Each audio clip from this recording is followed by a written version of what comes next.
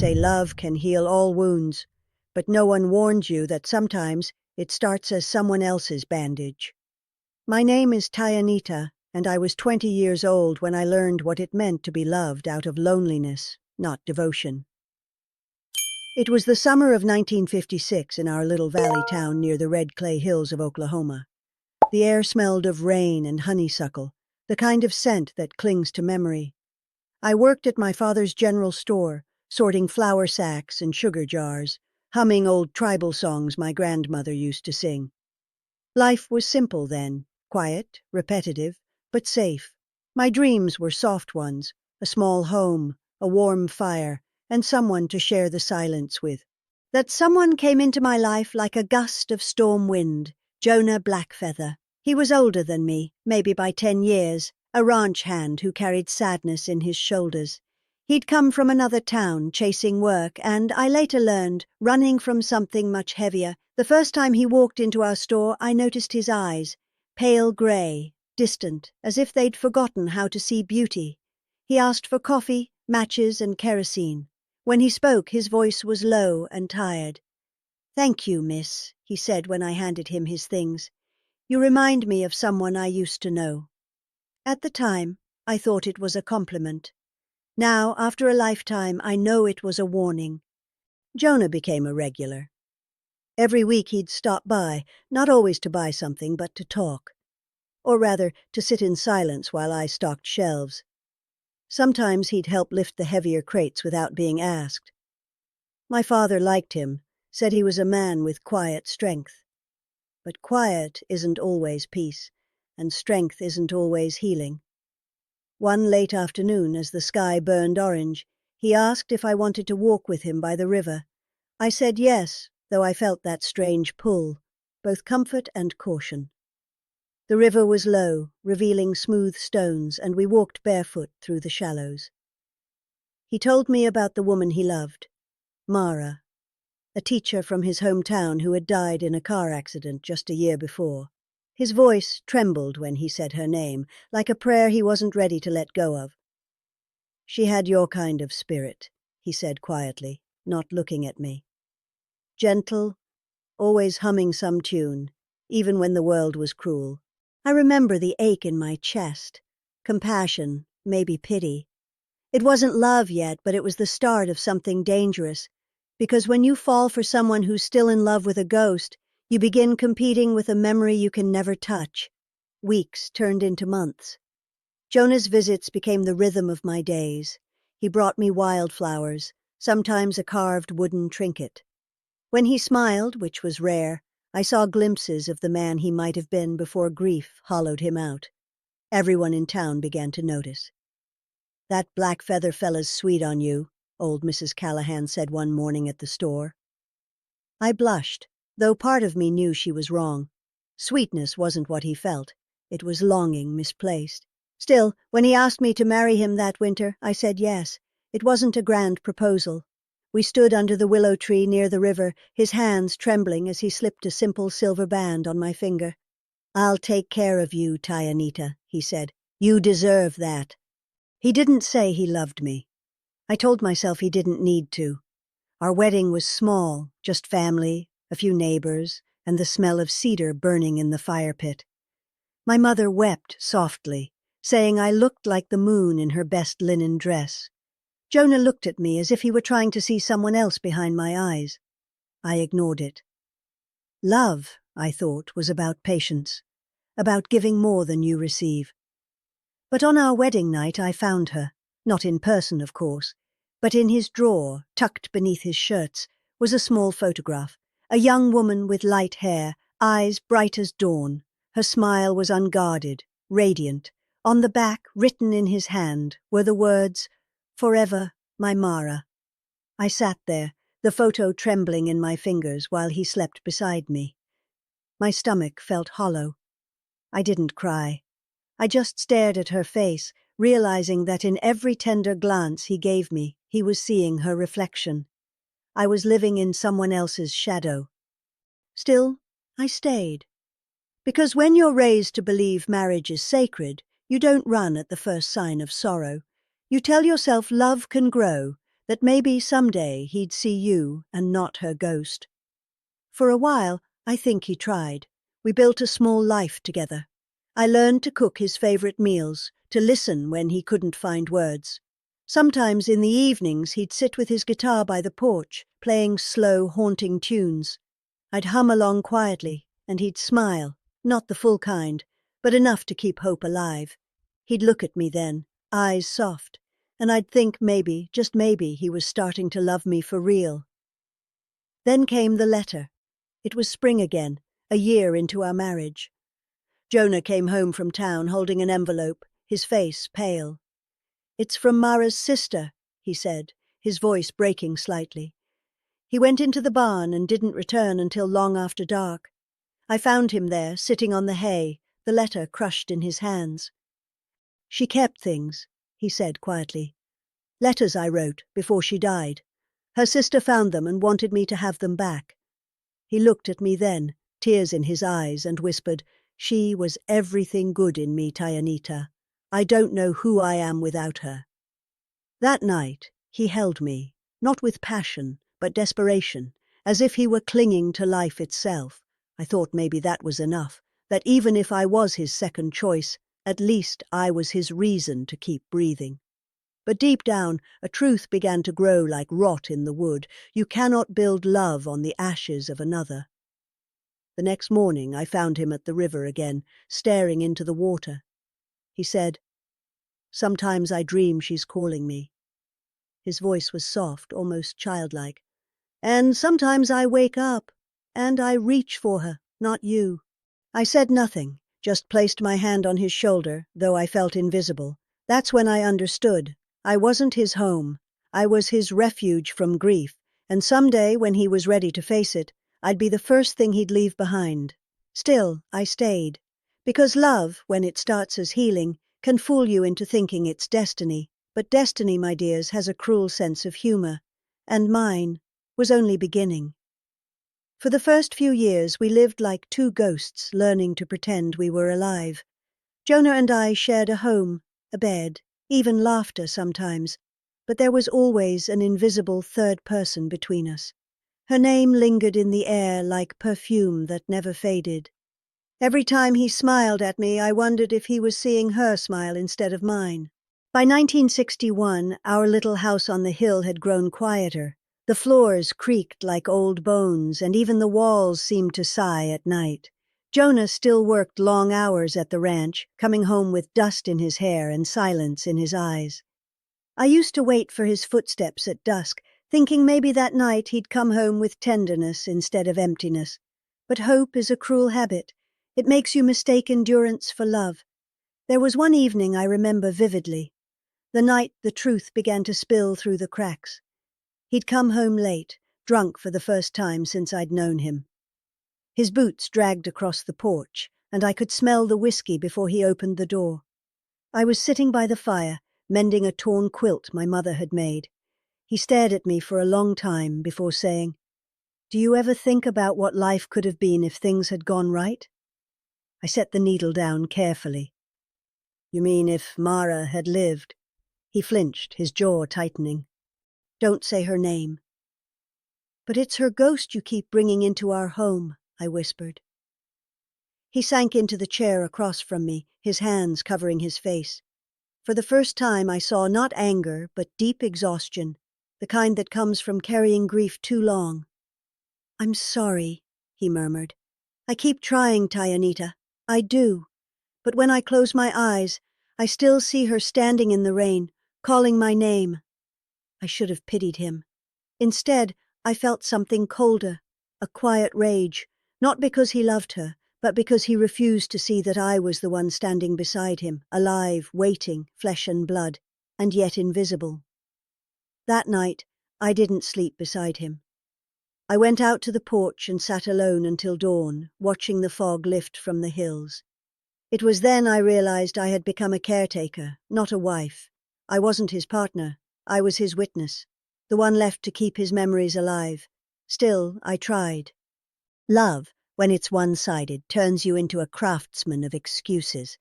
I told myself that if I could make him laugh more, cook his favorite stew, or sing him the songs my grandmother taught me, maybe he'd start to see me as enough. But it didn't work. He began to disappear even when he was in the same room. His eyes often drifted toward the river, the place where he said he felt closest to her. Sometimes I'd catch him there, talking softly to the water as if she were listening. "You'd love the way the trees look this season, Mara," he'd say. "Tayanita planted marigolds. You always liked those." Hearing my name in the same breath as hers made me feel like a shadow. That's when I began to write in a small journal, not to confess love, but to document the slow unraveling of it. My first entry read, "He married me to forget her, but I think he only learned to hide her better." Years passed that way. Years of half-smiles and almost affections. We never had children. The doctor said I could, but Jonah always hesitated when the subject came up. "The world's too cruel," he'd say. "I wouldn't want to bring a child into it." But I think what he really meant was, I can't imagine a child who isn't hers. When I turned 30, my mother came to visit. She was a quiet woman, but her eyes saw through everything. She sat at my kitchen table sipping tea and finally said, "You've got sadness clinging to you like a second skin, my girl. You're shrinking yourself to fit inside his grief."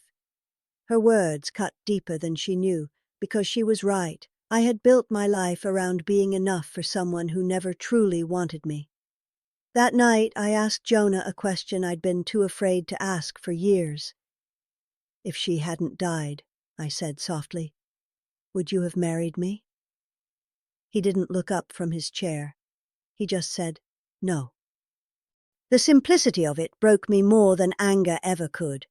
It wasn't said with cruelty, just honesty, the kind that sounds like mercy but feels like a blade. For days after, we spoke little. I went about my chores mechanically, feeding the hens, tending the garden, cleaning the same windows twice. I'd look at him and feel both love and disgust, like I was tied to the ghost that haunted him. Then came the storm, a real one, thunder splitting the sky, rain battering the roof. Jonah had gone into town earlier and hadn't come back.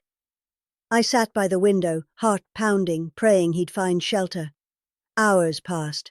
When he finally returned, drenched and shaking, he held something in his hands, a bundle of old letters tied with string. "She wrote to me," he said, voice trembling. "Before she died. Her sister gave them to me today." He sat at the table, tearing them open one by one. I watched him read through tears and rainwater, whispering her name over and over. He didn't even notice me standing there. That was the moment something inside me died, quietly, almost peacefully. Because I realized he would never stop mourning her. And I would never stop mourning the love I never truly had. The next morning, I found him asleep at the table, the letters scattered like fallen leaves. I gathered them, tied them neatly, and placed them in a small box. Then I took it to the river, the same river where we once walked barefoot as lovers, and buried it beneath the willow tree. When he woke, he asked where they were. I told him I didn't know. He searched for days, desperate, angry. But I said nothing. It wasn't revenge, it was survival. Because sometimes, to keep yourself from disappearing completely, you have to bury someone else's ghost. Years later, when the pain had dulled into something like acceptance, I asked myself, what is love, really? Is it patience, sacrifice, or is it foolishness disguised as devotion? Maybe you can tell me. Would you have stayed, if you were me? The years that followed felt like living inside an echo, everything familiar, yet empty. Jonah and I stayed together out of habit, I suppose. Two aging souls moving through a house that once smelled of fresh bread and laughter, now heavy with the scent of silence and unspoken words. Sometimes I'd catch him staring at me, not in love, but as though searching for someone behind my face. Maybe he saw her there, the ghost I'd tried to bury beneath that willow tree by the river. But ghosts have a way of clinging to the living. Hers lingered like smoke in every corner of our lives. I grew quieter with time. My hands aged before my heart did. I started tending to the garden again, finding comfort in the dirt and the rhythm of growing things. Flowers don't lie to you. They bloom, they wither, and they die. No false promises, no ghosts, no pretending. One afternoon, as I sat on the porch shelling peas, a young woman from town came walking up the path. Her name was Clara. She'd been helping at the general store where Jonah traded goods. I saw how his eyes softened when she came around. He laughed more when she was near, spoke with the kind of warmth I hadn't heard in years. At first, I told myself not to mind. Let him have his kindness, I thought. Let him feel alive again. But then I started to notice little things. His hair combed differently, his shirts cleaner, his boots polished. Hope, it seemed, had returned to him, but not because of me. I remember the day I realized the truth. I had baked cornbread, his favorite, and waited for him to come home. The clock ticked deep into evening and the cornbread turned cold on the table. When he finally arrived, I saw it in his eyes before he spoke a word. That guilty, half-ashamed glow that men carry when their hearts have wandered. "Sorry," he said softly, hanging his hat. "Clara needed help fixing her fence after the storm." "Did she?" I asked, folding my hands. "Or did you need her to help fix what's broken in you?" He froze, then sighed, that same tired sigh I'd heard for decades. "Don't start, Tayanita. You don't understand." Oh, but I did. I understood more than he knew, because I had been the woman someone married to forget another. And now I was the woman being forgotten again, this time by the same man who'd once needed me to erase his pain. I didn't shout, I didn't cry, I simply said, "I hope she makes you laugh like I once tried to." And I went to bed. Alone. Again. That night I dreamed of the river, calm and endless, and the sound of Mara's name echoing like a curse. I woke up before dawn, packed a small bag, and walked outside barefoot. The air was heavy with dew, and the first light of morning made everything look softer than it really was. I didn't plan to leave that morning. Not really. I just wanted to remember what freedom felt like, even for an hour. I followed the dirt road past the willows, past the old wooden bridge, until I reached the churchyard. There, beside the weathered gravestones, was a bench I used to sit on as a girl. I sat there again, my palms flat against the wood, and I thought about all the things I'd given up for a man who never asked me to stay, but also never asked me to leave. My mother used to say, "Love that demands you vanish is not love, it's worship." And she was right. I had spent my life worshipping the idea of being chosen when all along I was simply available. I was the silence he filled when he couldn't face his memories. By noon, I returned home. Jonah was waiting by the door. His face was pale, his eyes red. For a moment I thought something terrible had happened. "Where were you?" he asked, voice trembling. "Out remembering who I was before you," I said. He looked at me like he didn't recognize the woman standing before him, and maybe he didn't. Maybe I'd finally become someone he couldn't define through his grief. A week passed in uneasy quiet. Then one afternoon, as I was hanging laundry, he came to me holding an envelope. His hands shook as he gave it to me. "It came from Clara," he said quietly. "She's gone, left town." I took the letter, though I didn't open it. "I told you, Jonah," I said gently, "you can't build a life on the bones of another woman's heart." He sat down on the porch steps, staring into the distance. "I never meant to hurt you," he said. "I just didn't know how to love again." His voice cracked, not like a confession, but a surrender. That night we ate dinner in silence. The cornbread I baked stayed untouched. Outside the wind howled like something ancient and restless. I thought of all the times I'd waited for him, for a smile, a word, a touch. And suddenly I realized I wasn't waiting anymore. Not for him, not for love, not even for peace. Because sometimes peace comes only when you stop asking for it. In the weeks that followed, Jonah began to fall ill. The doctor said it was his lungs, years of dust and cold. I cared for him, the way wives do, fed him soup, wiped his brow, read aloud from the newspaper. But it wasn't love that moved my hands. It was duty, habit, maybe compassion. Whatever it wasn't what it used to be. One evening, as I tucked him into bed, he whispered, "Tayanita, when I go, will you visit the river for me?" I nodded, though I said nothing. He smiled faintly, then added, "Tell her I tried to forget." That was the only time I saw him cry. When he died 2 months later, I buried him beside that same willow tree, the one where I'd buried her letters. I wondered if their ghosts would find each other beneath the soil, or if maybe they'd finally rest. After the funeral, I sat by the river alone. The water was calm that day, the sky wide and merciless. I thought about every version of love I'd lived through, the kind that heals, the kind that breaks, and the kind that leaves nothing behind but memory.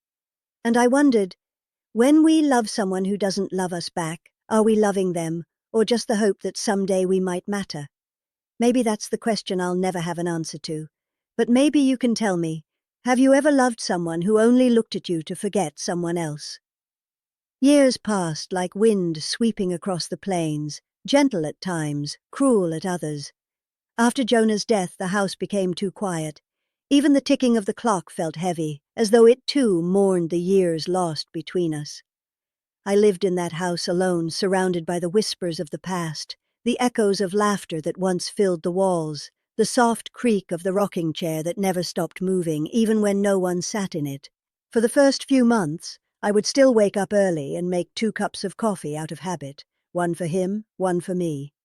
The steam rising from the untouched cup always looked like a prayer vanishing into the air, fragile, fleeting, unanswered. Eventually, I stopped making that second cup. I started talking less, too. Not because I had no one to talk to, but because I realized most of what I'd spent my life saying had been to people who never really listened. I spent my days in the garden tending to the earth the way I once tended to love, with patience and quiet hope. The soil never lied to me. If you plant something with care, it gives back, even if only in small ways. Flowers bloom, herbs grow, birds visit. The earth doesn't betray, it only mirrors what you give. Some days I'd sit under the willow and talk to Jonah, not as a widow longing for her husband, but as a woman finally unafraid to speak the truth.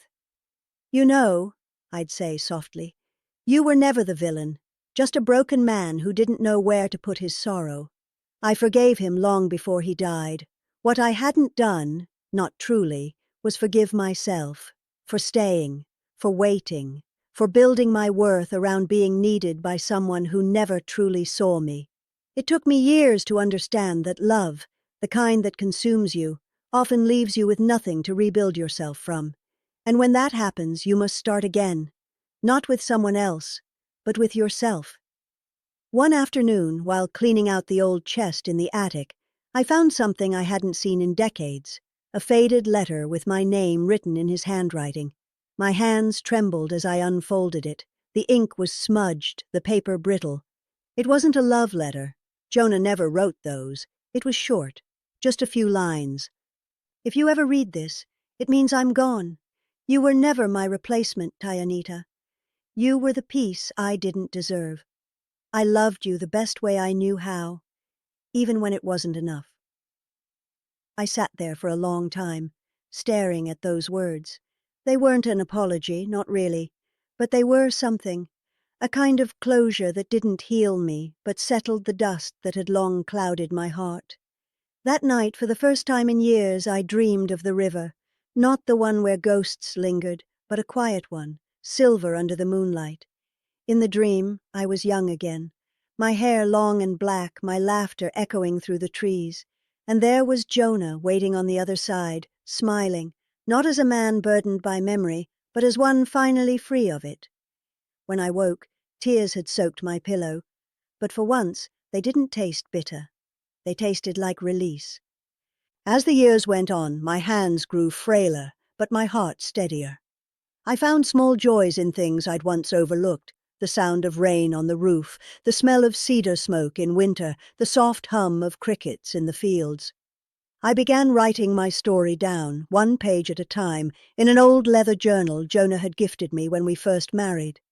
I wanted someone, maybe a granddaughter, maybe no one at all, to read it one day and understand that love doesn't always end in happiness, but it doesn't have to end in hate either.